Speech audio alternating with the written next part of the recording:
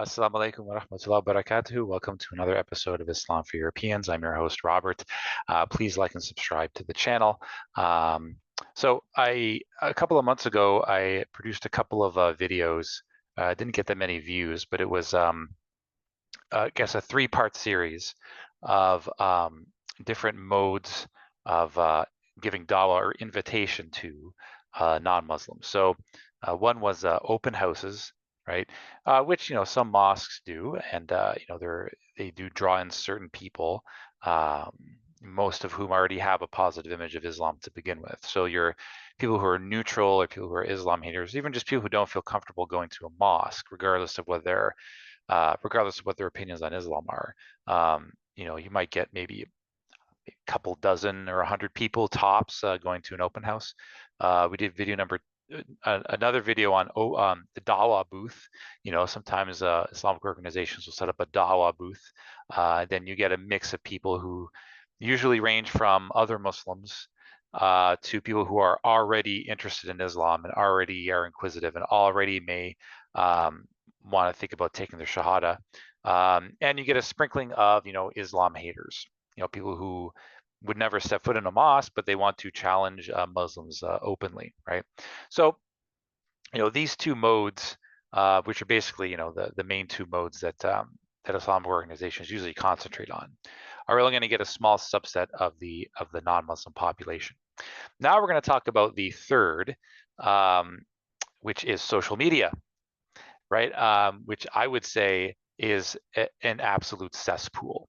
And not only is it an absolute cesspool, but um, the number of non-Muslims that you reach via dawah booths or open houses is only a drop in the bucket compared to the echo chambers that is the Muslim Twitter sphere of social media. Now, when it comes to, say, Islamic knowledge or just giving people dispensing information about Islam, very little of that takes place via social media. At most, you may provide someone a link to, an answer, or basically giving an answer to a controversial question, or a link to a YouTube video. But I would say that in general, social media is a place where people who have a lot of anger and a lot of bent up frustration can just kind of take out that anger on just whoever they see fit, whether that's on an individual level or at a group level, and express that anger to the entire world, basically. And not only that, but the people who respond are going to be the people who take issue with what they have to say. So it really creates a vicious cycle.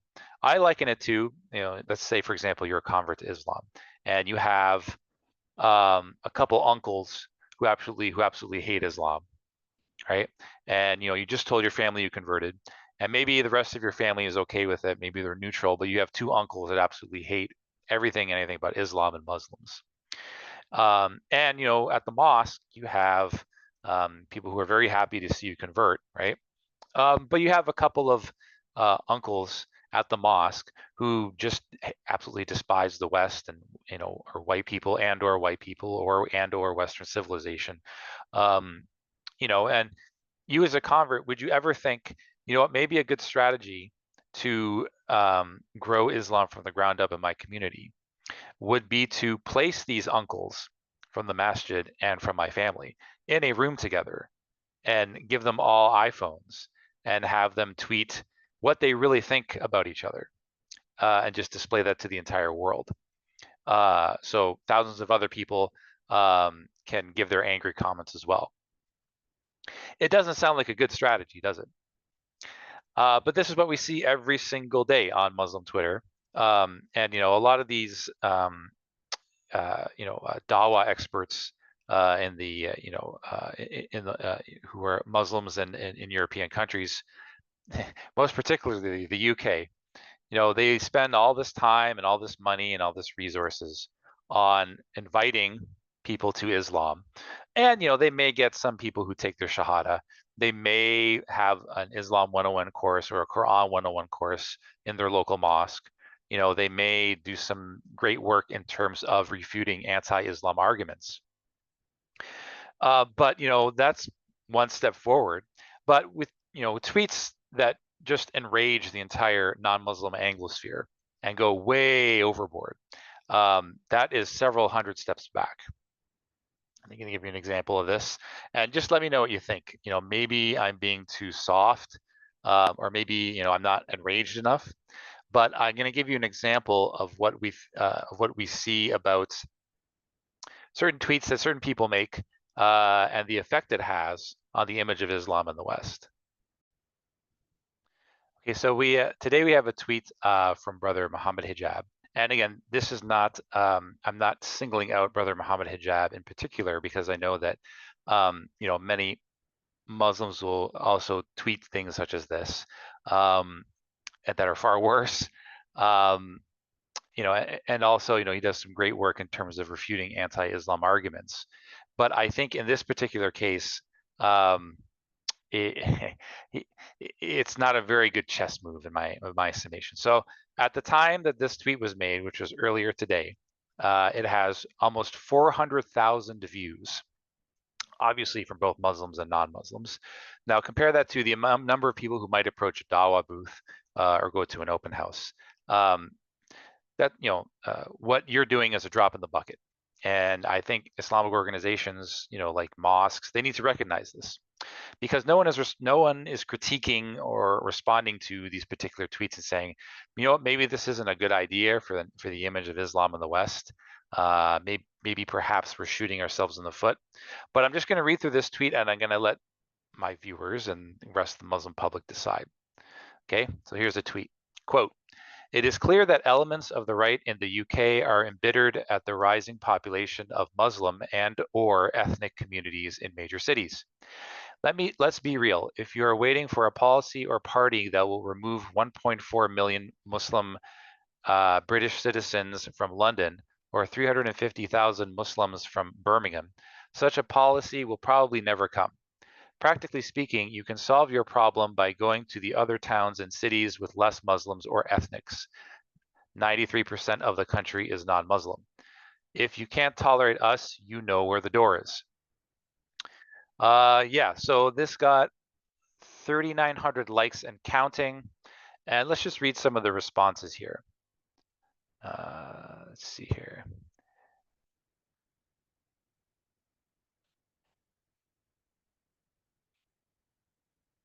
Yeah, don't you dare be. Okay, so this is from James P. Goddard 90. "Don't you dare be so rude, Hijab. If anyone's leaving, it's you and your mob. Strange that you guys don't move to Jordan or Lebanon or Oman or Qatar or Bahrain or Saudi or even UAE. You choose to move to friggin' Birmingham, then cry when someone leaves a bacon lying around. Because you're colonizers, and if you can't do it subversively as you are in the UK now, violence is perfectly acceptable to you, as we've seen with your grooming gangs. Like I said earlier, I'm not going anywhere. My neighbors are Muslim, and I'm making sure they leave. My music is on day and night, loud, even left on when I go out. I don't like you at all, but I certainly won't leave my home city. They absolutely will. They absolutely will leave, though." Translated, this is from Fozzie the Aussie. "There are too many of us here now. Thank you for letting our halal certification and Sharia councils mobilize us. Thank you, King Charles, in name only, for all the handshaking. Thank you to the politicians that allowed Islamic banking to take root in the British Isles of Dar al Harb. Now that we are here in a number you cannot comprehend, you little white kafir like T. Robinson, New Era, can move along now and get out of the cities while we craft Medina 2.0 and force jizya upon your employment sector." Okay, so yeah, obviously this is going to cause a lot of controversy. So let's roll things back a little bit. So as we know, we discussed in this channel, there are a wide range of attitudes on Islam in the Anglosphere. One of the most recent polls from More in Common said that 9% of non-Muslims have a very negative attitude towards Muslims. 12% have a somewhat negative attitude. 40% don't care. 17% said slightly positive, and then 18% said very positive. So, that's one thing. We have a range of attitudes on Islam and the Anglo. So when you read tweets like these, this doesn't represent the majority, even of Britons. Now, the right, as we've been talking about on this channel, is divided into basically two factions of the right. You have the dissident right, who are against liberalism. They're against neoconservative interventionism. They're against the certain agendas that the government puts on their children. And when it comes to Islam in and of itself, their attitudes on Islam range from neutral to maybe even slightly positive, right? So that's the dissident right. Now, the dissident right, has been largely deplatformed. They don't often engage with Muslims. When they do, it's very difficult to be shown on any mainstream platform like YouTube. It's very common for Muslims who already have accounts not to react to even those reaction videos, for fear of being, of repercussions, basically. And now, on the other hand, you have the anti-Islam right, your Tommy Robinsons, your Paul Goldings, apostate prophet, and they just despise Islam, right? Race to them, or ethnic demographics, this means nothing to them. It doesn't matter if Muslims are converts or born Muslims; they just hate Islam and they just want to get rid of it. So what you're basically doing with one of these tweets is you're basically uniting these two factions, because these two factions absolutely despise one another, right? And it's really going to galvanize a lot of people, and they're going to end up voting for the same parties, first of all, and second of all, it's going to have a very negative effect overall, even on the people who are neutral about it. I think about someone who's from Birmingham, white British guy who's really not interested in politics. This kind of tweet could be used as a recruiting poster. The the anti-Islam parties, they don't even need to advertise. They can just show one of these tweets and all the likes that people are getting, and the fact that Muslims aren't even critiquing tweets such as these. And they're going to say, you know what, I didn't like. It's not like I didn't like Muslims before, but now I certainly do. So that's definitely one thing. But let's look at this a little bit more holistically. Now, is Islam growing in the UK? Yes, it is. Why is that? You could say birth rates. Now, I mean, you could say birth rates, but how many of those people who are born Muslim are just Muslim by name? And are they praying 5 times a day? Are they fasting during Ramadan? Or has it just become a numbers game? So if it's just a numbers game, then why are we caring about Dawah whatsoever? And I think that's kind of the attitude that people take. The fact that Britons are taking their Shahada and converting to Islam, I mean, they see this as a good thing. And alhamdulillah, it is a good thing.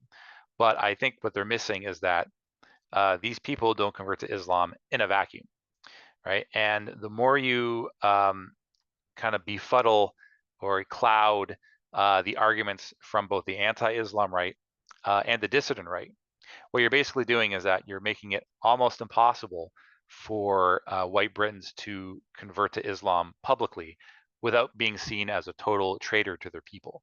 Because now, like the whole Dawah mission has become interlaced, with the whole idea of changing demographics in Europe proper. And, these kind of incendiary tweets, they just galvanize our families, our communities, and they just make it more and more impossible to even think about converting to Islam, right? So, the standard model is we just care about shahadas. People are taking their shahadas, they're converting to Islam.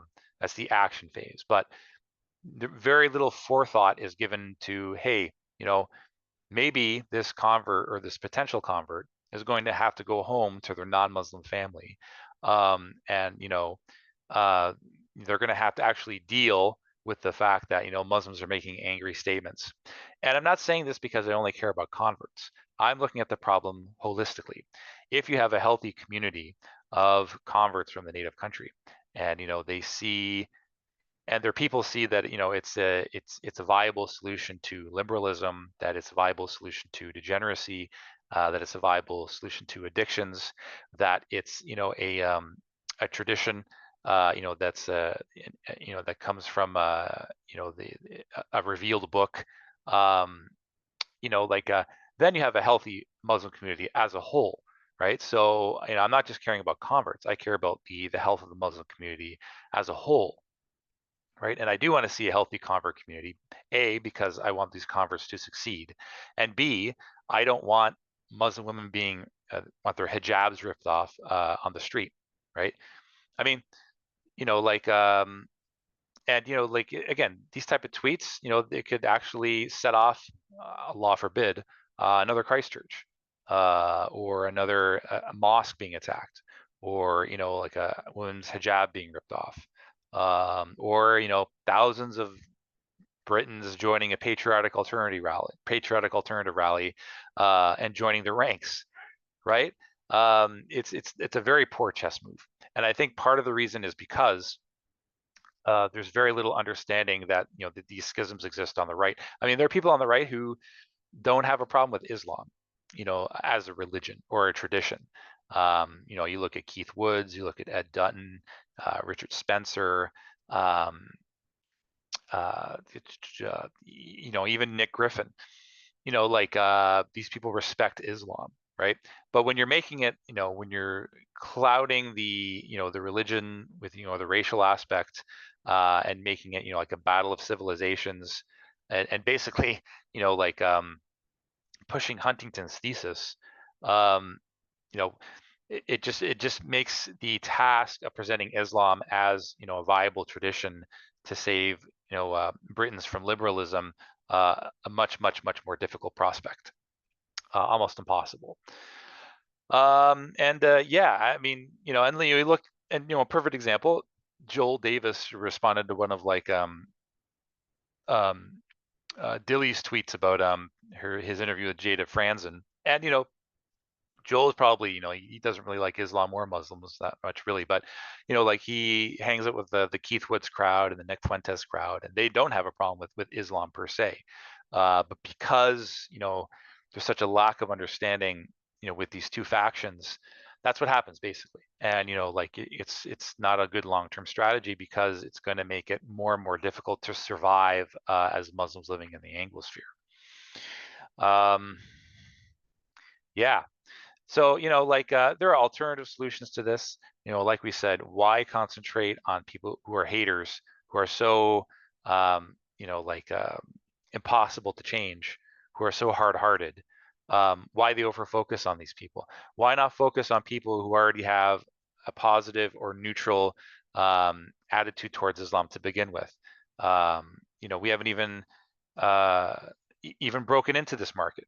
You look at like pro-Palestinian um, channels, and so kind of internet spaces like Katie Halper, like Judge Napolitano. Muslims haven't even cracked this market, and there's several opportunities for dialogue in these particular cases. But the major problem is, I think, social media in general, and I'm getting back to the whole social media as a Dawah strategy or anti-Dawah strategy. People like to see a train wreck. They don't like to see positive outcomes. They don't like to see like gentle conversations. People want to get riled up and angry at. I don't even think they really like it. They just need a place to vent, to express their anger, right? And it's misdirected anger. Like you know, it's 2024. We see what's going on in the world. It's got horrible genocide taking place, and many Muslims, they don't know who to get angry at. There's certain groups that they don't want to get angry at. So they end up, taking their anger and frustration out on the Anglosphere in general. It's not directed towards governments. It's not directed towards people who meted out these policies. And the really sad thing is that the attitudes towards Islam and the Palestinian cause has never been higher in the Anglosphere. I was reading one statistic that in the United States of America, young white Americans ages 18 to 24 are the demographic that has the highest um, pro-Palestinian attitudes, right? More so than Hispanics, more so than Black Americans. I mean, those are huge numbers. But when you don't interact with the non-Muslim Anglosphere, um, and the only way that you interact with them is via social media, where your main interaction with, is with these trolls, whose quotes I just stated. You're not going to, it's definitely going to skew your vision of what you think, the attitudes towards Islam in the Anglosphere is. And on top of that, like I said, you're just drawing more people into the anti-Islam crowd. Like in what non-Muslim country, let's stop talking about white people. Let's go to any non-Muslim country and start talking the way that we talk to, the West, in these Twitter spaces. Imagine if we told people in Bangkok or Tokyo or Beijing, and you have a large Muslim population that goes there and says, if you guys don't like it, we're here now. Then just leave your city.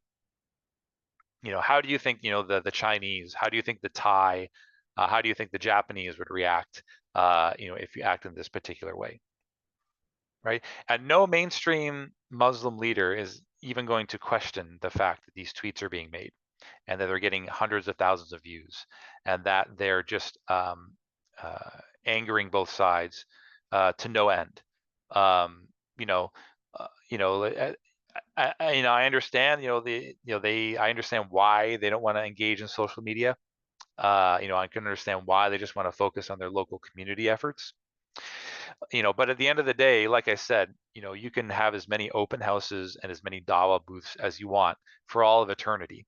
And it's only going to amount to basically a drop in the bucket because you're not looking at the problem holistically. You're not looking at the fact that the attitudes towards Islam in general, they all matter at all ends of the spectrum. You're only gonna have people. You're gonna have people who hate Islam. You're gonna have people who love Islam. You're gonna have people who are neutral. And as a convert, you're going to have to deal with all of those relationships. We're saying that better alternative model is, you help these converts collectivize and form their own organizations because they're the ones that grew up with these people. They play tennis with them. Their mothers, their fathers, their cousins, their brothers, their sisters, their aunts, their uncles. And it's vitally important for them to maintain a good relationship with them and show them, what Islam is about without even saying a word. You just have to, it's very tricky, embody the manners of the Prophet Muhammad, peace and blessings be upon him. That's, like a much better alternative model. But, sending out incendiary tweets to the entire world, not just UK, but the entire world, uniting the anti-Islam right and the dissident right against you, getting them to vote for the same parties, galvanizing them to the point that, Allah forbid, they actually attack a mosque or rip off someone's hijab. That is not an effective strategy in my estimation. I may be wrong. If you're more than welcome to chat with me, if you think that I'm completely wrong, you could say, Rob, you're being too soft. But hey, in my opinion, it's not about being soft. It's about being practical, right?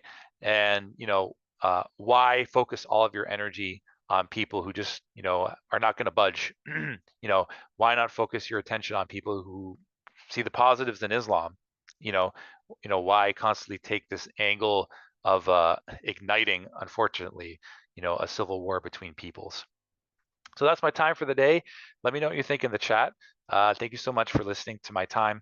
I'm Robert, host of Islam for Europeans. Assalamu alaikum wa rahmatullahi wa barakatuhu.